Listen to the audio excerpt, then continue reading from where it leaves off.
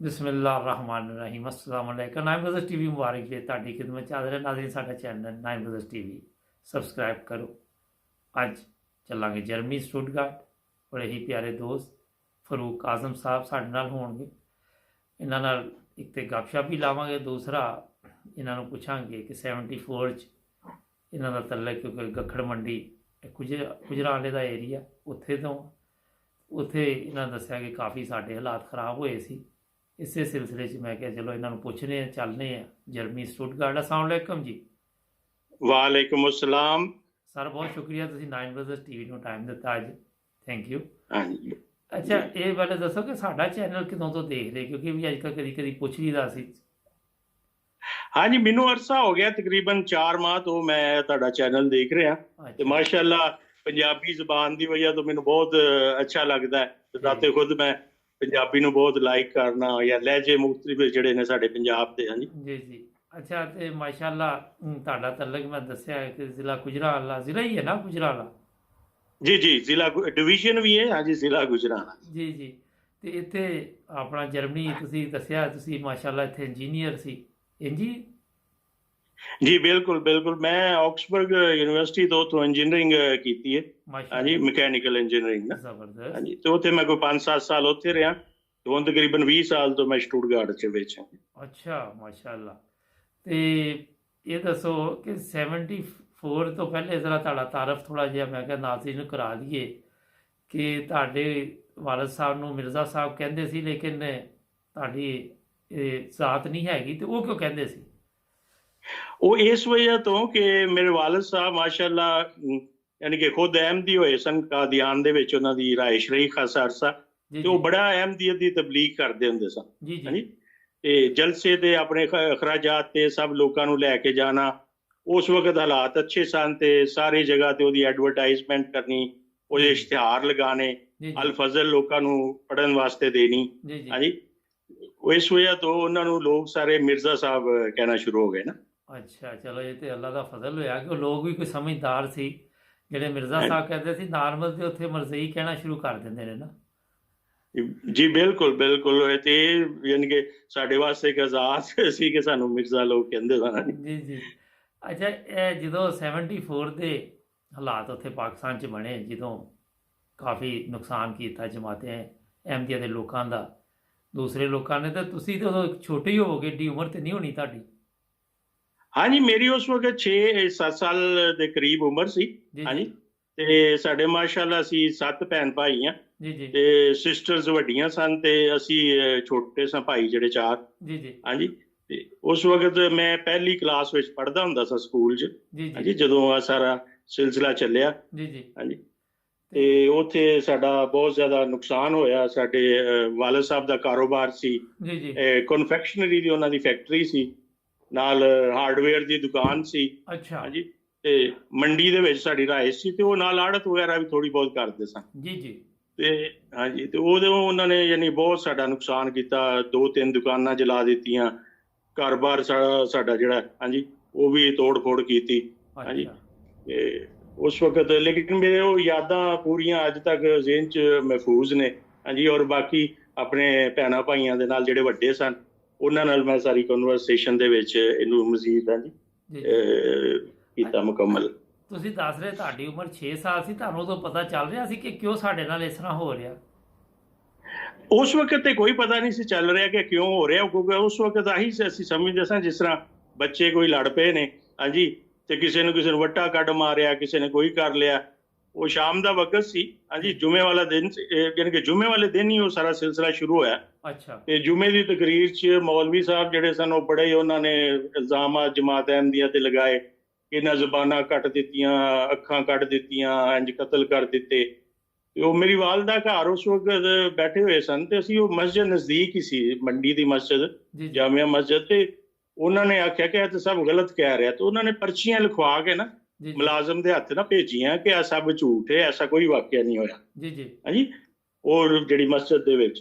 ਤੇ ਲੇਕਿਨ ਕਿ ਉਸ ਤੋਂ ਬਾਅਦ ਫਿਰ ਉਹ ਜਿਹੜੇ ਲੋਕ ਸਨ ਚਲਾ ਗਏ ਘਰਾਂ ਨੂੰ। ਤੇ ਸ਼ਾਮ ਨੂੰ ਆ ਹੋਇਆ ਕਿ ਕੋਈ ਮਗਰਬ ਦੀ ਨਮਾਜ਼ ਦੇ ਬਾਅਦ ਉਹ ਮਦਰਸਾ ਸੀ ਇੱਕ ਕਰੀਬ ਹੀ। ਹਾਂਜੀ, ਤੇ ਉੱਥੋਂ ਬੱਚੇ ਜਿਹੜੇ ਨੇ ਰਲ ਕੇ ਕੋਈ 8-10 ਉਹ ਆਏ ਤੇ ਉਹ ਪੱਥਰ ਮਾਰਨਾ ਸ਼ੁਰੂ ਹੋ ਗਏ ਸਾਡੇ ਘਰ ਨਾ।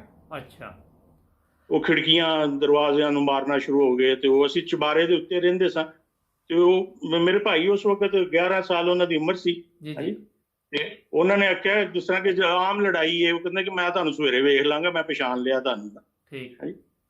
ਤੇ ਲੇਕਿਨ ਇਹ ਹੋਇਆ ਕਿ ਉਹਨਾਂ ਨੇ ਪੂਰਾ ਮਨਸੂਬਾਬੰਦੀ ਕੀਤੀ ਸੀ। ਉਹਨਾਂ ਨੇ ਸਾਡੇ ਘਰ ਦੇ ਸਾਹਮਣੇ ਤਕਰੀਬਨ ਨਾ ਕੋਈ 8-10 ਬੰਦੇ ਖੜੇ ਕਰ ਦਿੱਤੇ ਨਾ, ਅੱਛਾ ਕਿ ਅਗਰ ਆ ਨਿਕਲਣ ਘਰੋਂ ਤੇ ਸਾਨੂੰ ਇਤਲਾਹ ਦਿੱਤੀ ਜਾਏ ਤੇ ਇਹਨਾਂ ਨੂੰ ਫੜ ਲਿਆ ਜਾਏ। ਤੇ ਉਸੇ ਦੌਰਾਨ ਜਦੋਂ ਆ ਵਾਕਿਆ ਵਿਗੜਨਾ ਸ਼ੁਰੂ ਹੋਇਆ ਤੇ ਸਾਡੇ ਹਮਸਾਏ ਮਾਸ਼ਾਅੱਲਾ ਬਹੁਤ ਅੱਛੇ ਲੋਕ ਵੀ ਸਨ ਉਹਨਾਂ ਚੋਂ, ਜੀ ਜੀ ਤੇ ਉਹਨਾਂ ਨੇ ਪੈਗਾਮ ਦਿੱਤਾ ਕਿ ਇਹਨਾਂ ਦਾ ਮਨਸੂਬਾ ਬਹੁਤ ਗਲਤ ਹੈ, ਤੁਹਾਡੇ ਮੁਤਲਕ ਤੁਹਾਡੇ ਬੱਚਿਆਂ ਨੂੰ ਜੀ ਜੀ ਬੱਚੀਆਂ ਨੂੰ ਅਗਵਾ ਕਰਨਾ ਚਾਹੁੰਦੇ ਨੇ। ਜੀ ਹਾਂਜੀ, ਔਰ ਵਾਲਿਦ ਸਾਹਿਬ ਨੂੰ ਕਤਲ ਕਰਨਾ ਚਾਹੁੰਦੇ ਨੇ, ਤੇ ਬਿਹਤਰ ਹੈ ਤੁਸੀਂ ਨਾ ਇੱਥੋਂ ਮੂਵ ਹੋ ਜਾਓ। ਅੱਛਾ ਹਾਂਜੀ। ਲੇਕਿਨ ਇਹ ਸੀ ਕਿ ਉਦੋਂ ਪਤਾ ਨਹੀਂ ਬਹੁਤ ਰੋਸ਼ਨੀ ਸੀ, 11ਵੀਂ ਯਾਨੀ 12ਵੀਂ ਰਾਤ ਸੀ ਚੰਦ ਦੀ, ਤੇ ਉੱਥੋਂ ਨਿਕਲਣਾ ਬੜਾ ਮੁਸ਼ਕਲ ਸੀ। ਜੀ ਜੀ ਹਾਂਜੀ। ਤੇ ਮੇਰੇ ਵਾਲਿਦ ਸਾਹਿਬ ਨੇ ਮੈਨੂੰ ਆਪਣੇ ਮੁਨਸ਼ੀ ਸਾਹਿਬ ਸਨ ਉਹਨਾਂ ਦੇ ਇੱਕ, ਤੇ ਉਹਨਾਂ ਦੇ ਨਾਲ ਨਾ ਉਹਨਾਂ ਮੈਨੂੰ ਪੁੱਛੜ ਚੁੱਕ ਕੇ ਨਾ ਤੇ ਲੈ ਗਏ। 6 ਸਾਲ ਦੀ ਉਮਰ ਸੀ ਮੇਰੀ, ਜੀ ਜੀ ਤੇ ਉਹਨਾਂ ਸਮਝਿਆ ਕਿ ਇਹ ਆਪਣਾ ਬੇਟਾ ਚੁੱਕ ਕੇ ਲੈ ਕੇ ਜਾ ਰਿਹਾ ਨਾ, ਤੇ ਉਹਨਾਂ ਨੇ ਲੋਕਾਂ ਨੇ ਕੁਝ ਨਹੀਂ ਆਖਿਆ। ਠੀਕ ਹਾਂਜੀ। ਤੇ ਮੈਂ ਹਿਫਾਜ਼ਤ ਤੋਂ ਨਿਕਲ ਗਿਆ ਨਾ ਉਸ ਇਲਾਕੇ ਚੋਂ, ਤੇ ਉਹ ਮੁਨਸ਼ੀ ਜਿਹੜਾ ਸੀ ਉਹਦੇ ਘਰ ਚਲਾ ਗਿਆ। ਅੱਛਾ ਹਾਂਜੀ। ਲੇਕਿਨ ਬਾਕੀ ਭੈਣ ਭਾਈ ਤੇ ਵਾਲਿਦ ਸਾਹਿਬ ਉੱਥੇ ਹੀ ਸਨ, ਤੇ ਉਹ ਬੜਾ ਮੁਸ਼ਕਲ ਹੋ ਗਿਆ ਕਿ ਇੰਨੀ ਚਾਨਣੀ ਰਾਤ ਚ ਕਿਸ ਤਰ੍ਹਾਂ ਨਿਕਲਿਆ ਜਾਏ। ਜੀ ਜੀ ਲੇਕਿਨ ਖੁਦਾ ਦਾ ਮੌਜਜ਼ਾ ਇਹ ਕਰਨਾ ਹੋਇਆ ਕਿ ਯਕਦਮ ਰਾਤ ਨੂੰ ਨਾ, ਹਾਲਾਂਕਿ ਜੂਨ ਦੇ ਮਹੀਨਾ ਸੀ, ਜੀ ਜੀ ਤੇ ਉਦੋਂ ਘੱਟ ਹੀ ਬੱਦਲ ਹੁੰਦੇ ਨੇ, ਤੇ ਯਕਦਮ ਬੱਦਲ ਹੋ ਗਏ। ਅੱਛਾ ਹਾਂਜੀ। ਤੇ ਉਹ ਹਨੇਰਾ ਹੋ ਗਿਆ ਨਾ, ਤੇ ਉਹ ਫਿਰ ਹੈ ਕਿ ਵਾਲਿਦ ਸਾਹਿਬ ਜਿਹੜੇ ਨੇ ਹਮਸਾਇਆਂ ਦੀ ਮਦਦ ਨਾਲ ਨਾ ਬੱਚਿਆਂ ਨੂੰ, ਬਾਕੀ ਜਿਹੜੇ ਸਨ ਭੈਣ ਭਾਈ, ਉਹਨਾਂ ਨੂੰ ਲੈ ਕੇ ਨਿਕਲ ਗਏ। ਤੇ ਉਹ ਲੇਕਿਨ ਉਹ ਜ਼ਿਆਦਾ ਦੂਰ ਨਹੀਂ ਸਨ ਜਾ ਸਕਦੇ, ਕਿਉਂਕਿ ਇਰਦ ਗਿਰਦ ਵਾਵਾ ਘੇਰਾ ਪਾਇਆ ਸੀ। ਜੀ ਜੀ ਤੇ ਉਹ ਫਿਰ ਸਾਡੇ ਇੱਕ ਅਜ਼ੀਜ਼ ਸਨ ਚੌਧਰੀ ਫਤਿਹ ਮੁਹੰਮਦ ਸਾਹਿਬ, ਹਾਂਜੀ, ਉਹ ਵੀ ਅਹਿਮਦੀ ਸਨ, ਲੇਕਿਨ ਉਹਨਾਂ ਦਾ ਇੰਨਾ ਮਸ਼ਹੂਰ ਹੀ ਨਹੀਂ ਸੀ ਕਿ ਅਹਿਮਦੀ ਨੇ। ਹਾਂਜੀ। ਅਸੀਂ ਯਾਨੀ ਕਿ ਉਹ ਜਿਹੜੇ ਮੇਰੇ ਭੈਣ ਭਾਈ ਉਹ ਉੱਥੇ ਛੁਪ ਗਏ, ਹਾਂਜੀ, ਜਾ ਕੇ ਉਹਨਾਂ ਦੇ ਵਾਲਿਦ ਸਾਹਿਬ ਦੇ ਨਾਲ। ਮੈਂ ਜਿਹੜਾ ਆਪਣੇ ਮੁਨਸ਼ੀ ਦੇ ਜਿਹੜੇ ਸਾਡੇ ਸਨ ਉਹਨਾਂ ਦੇ ਘਰ ਸਾਂ, ਤੇ ਉਹ ਵੀ ਫਿਰ ਪੈਗਾਮ ਉਹਨਾਂ ਭੇਜਿਆ ਕਿ ਇਹਨੂੰ ਵੀ ਬਚਾਓ। ਅੱਛਾ। ਉਹ ਮੈਨੂੰ ਰਾਤ ਨੂੰ ਯਾਦ ਹੈ ਕਿ ਬਹੁਤ ਬੁਰੇ ਹਾਲਾਤ 'ਚ ਉਹ ਛੱਪੜਾਂ 'ਚ ਡਿੱਗਦੇ ਢਹਿੰਦੇ, ਹਾਂਜੀ, ਉਹ ਯਾਨੀ ਕਿ ਉਹ ਮੈਂ ਵੀ ਨਾ ਉੱਥੋਂ ਯਾਨੀ ਕਿ ਆਪਣੀ ਫੈਮਿਲੀ ਨਾਲ ਰਲ ਗਿਆ। ਜੀ ਜੀ ਹਾਂਜੀ। ਤੇ ਰਾਤ ਅਸੀਂ ਉੱਥੇ ਗੁਜ਼ਾਰੀ ਉਹਨਾਂ ਦੇ ਘਰ ਹੀ। ਉਹ ਬਹੁਤ ਖੌਫੋ ਰਾਤ ਸੀ, ਜੀ ਜੀ ਤੇ ਪਤਾ ਨਹੀਂ ਕੀ ਬਣਨਾ। ਜੀ ਜੀ ਤੇ ਉਹ ਰਾਤ ਤੇ ਗੁਜ਼ਰ ਗਈ। ਅਗਲੇ ਸਵੇਰ ਬਹੁਤ ਵੱਡਾ ਨਾ ਇੱਕ ਜਲੂਸ ਉਹਨਾਂ ਕੱਢ ਲਿਆ ਮੰਡੀ ਦੇ ਵਿੱਚ। ਅੱਛਾ। ਹਾਂਜੀ।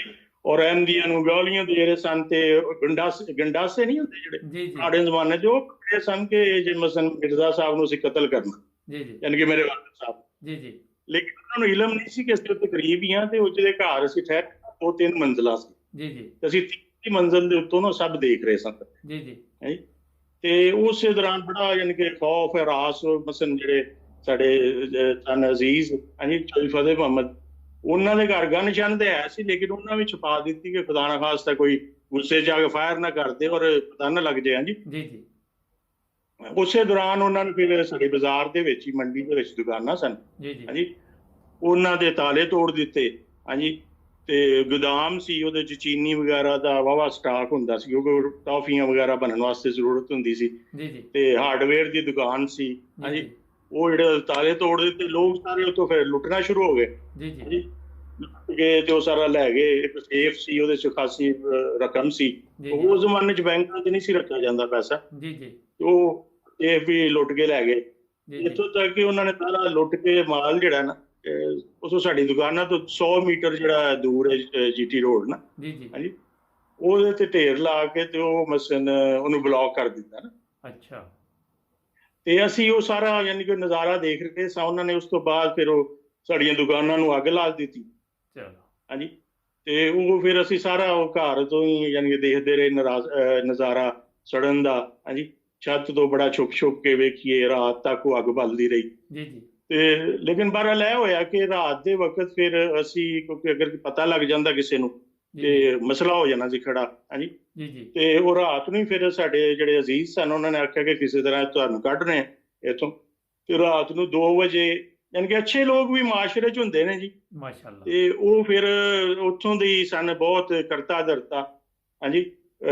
ਚੀਮੇ ਸਨ, ਤੇ ਚੀਮਾ ਬਰਾਦਰੀ ਦੇ ਬਹੁਤ ਸਾਰੇ ਲੋਕ ਸਾਡੇ ਉੱਥੇ ਰਹਿੰਦੇ ਨੇ। ਜੀ ਜੀ ਹਾਂਜੀ। ਤੇ ਉਹ ਜਿਹੜੇ ਸਨ ਉਹਨਾਂ ਨੂੰ ਪੈਗਾਮ ਭੇਜਿਆ ਸਾਡੇ ਅਜ਼ੀਜ਼ਾਂ ਨੇ ਕਿ ਭਾਈ ਇਹਨਾਂ ਨੂੰ ਇੱਥੋਂ ਕੱਢਣਾ, ਤੇ ਉਹ ਸਾਨੂੰ ਰਾਤ ਨੂੰ 2 ਵਜੇ ਤਕਰੀਬਨ ਨਾ ਗਲੀਆਂ ਚੋਂ ਨਾ ਲੈ ਕੇ ਤੇ ਆਪਣੇ ਘਰ ਲੈ ਗਏ। ਜੀ ਹਾਂਜੀ, ਤੇ ਮਾਸ਼ਾਅੱਲਾ ਉਹ ਅਸਰ ਰਸੂਖ ਵਾਲੇ ਸਨ ਤੇ ਉਹਨਾਂ ਨੂੰ ਕੋਈ ਹੋਸ਼ ਹੋਈ ਨਹੀਂ ਸੀ ਕਰ ਸਕਦਾ।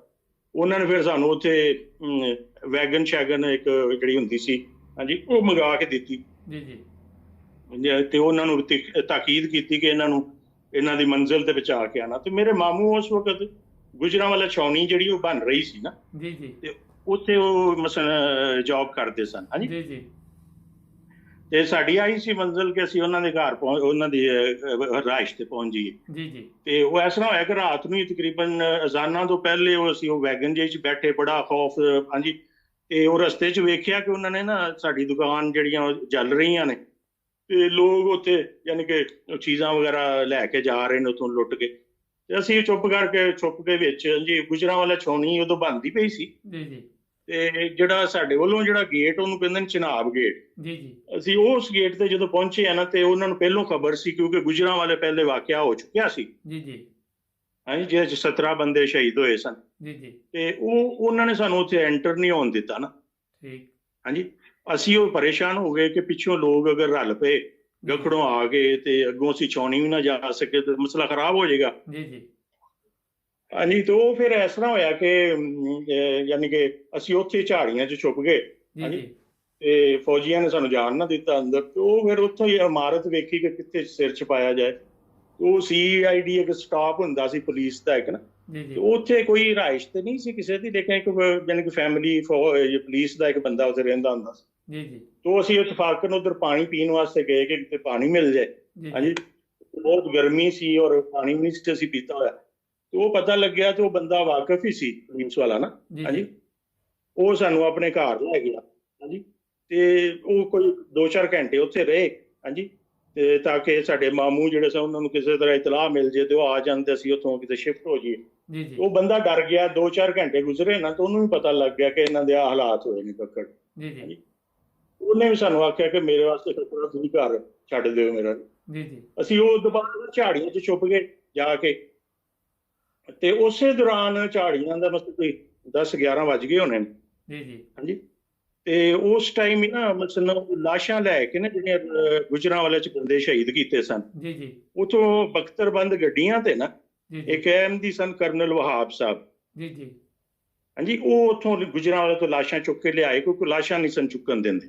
ਅੱਛਾ। ਉਹ ਲਾਸ਼ਾਂ ਚੁੱਕ ਕੇ ਲਿਆਏ ਤੇ ਅਸੀਂ ਉੱਥੇ ਉਹ ਵੇਖੀਆਂ ਲਾਸ਼ਾਂ ਲੈ ਜਾਂਦੇ ਆ ਨਾ ਉਹਨਾਂ ਨੂੰ। ਹਾਂਜੀ, ਤੇ ਉਹ ਫਿਰ ਇਸ ਤਰ੍ਹਾਂ ਹੋਇਆ ਕਿ ਮੇਰੇ ਭਾਈ ਜੀ ਵੱਡੇ ਜਿਹੜੇ ਸਨ, ਹਾਂਜੀ, ਜੀ ਉਹ ਛੁਪ ਕੇ ਨਾ ਉੱਥੋਂ ਇੱਕ ਬੱਸ ਆਉਂਦੀ ਹੁੰਦੀ ਸੀ ਗੁਜਰਾਂਵਾਲੇ ਨਾ, ਛਾਉਣੀ ਦੇ ਵਿੱਚ ਜਾਂਦੀ ਹੁੰਦੀ ਸੀ। ਉਹ ਛੁਪ ਕੇ ਜਦੋਂ ਬੱਸ ਰੁਕੀ ਹੈ ਨਾ, ਤੇ ਉਹ ਛੁਪ ਕੇ ਦੌੜ ਕੇ ਵਿੱਚ ਚੜ ਗਏ ਬੱਸ ਤੇ। ਅੱਛਾ, ਇਹ ਜੇ ਕਿ ਬ੍ਰੇਕ ਦਾ ਟਾਈਮ ਹੋ ਗਿਆ ਨਾਜ਼ਰੀਨ, ਜੀ, ਇੱਕ ਹਾਂਜੀ, ਬ੍ਰੇਕ ਲੈਣੀ ਹੈ। ਬ੍ਰੇਕ ਤੋਂ ਬਾਅਦ ਦੁਬਾਰਾ ਅੱਗੇ ਇਹਨਾਂ ਨਾਲ ਗੱਲਬਾਤ ਕਰਾਂਗੇ। ਇਹ ਪਾਰਟ 1 ਨੇ, ਪਾਰਟ 2 'ਚ ਬਾਕੀ ਤੁਸੀਂ ਪ੍ਰੋਗਰਾਮ ਦਾ ਹਿੱਸਾ ਦੇਖੋਗੇ, ਕਿਉਂਕਿ ਲੰਬੇ ਪ੍ਰੋਗਰਾਮ ਜਦੋਂ ਹੋ ਜਾਣ ਫਿਰ ਸਾਨੂੰ ਬ੍ਰੇਕ ਲੈਣੀ ਪੈਂਦੀ ਹੈ। ਜੁੜੇ ਰਹੋ 9 ਵਜੇ TV ਦੇ ਨਾਲ, ਸਬਸਕ੍ਰਾਈਬ ਕਰਨਾ ਨਾ ਭੁੱਲਣਾ। ਦੁਬਾਰਾ ਮਿਲਨੇ ਸ਼ਾਰਟ ਬ੍ਰੇਕ।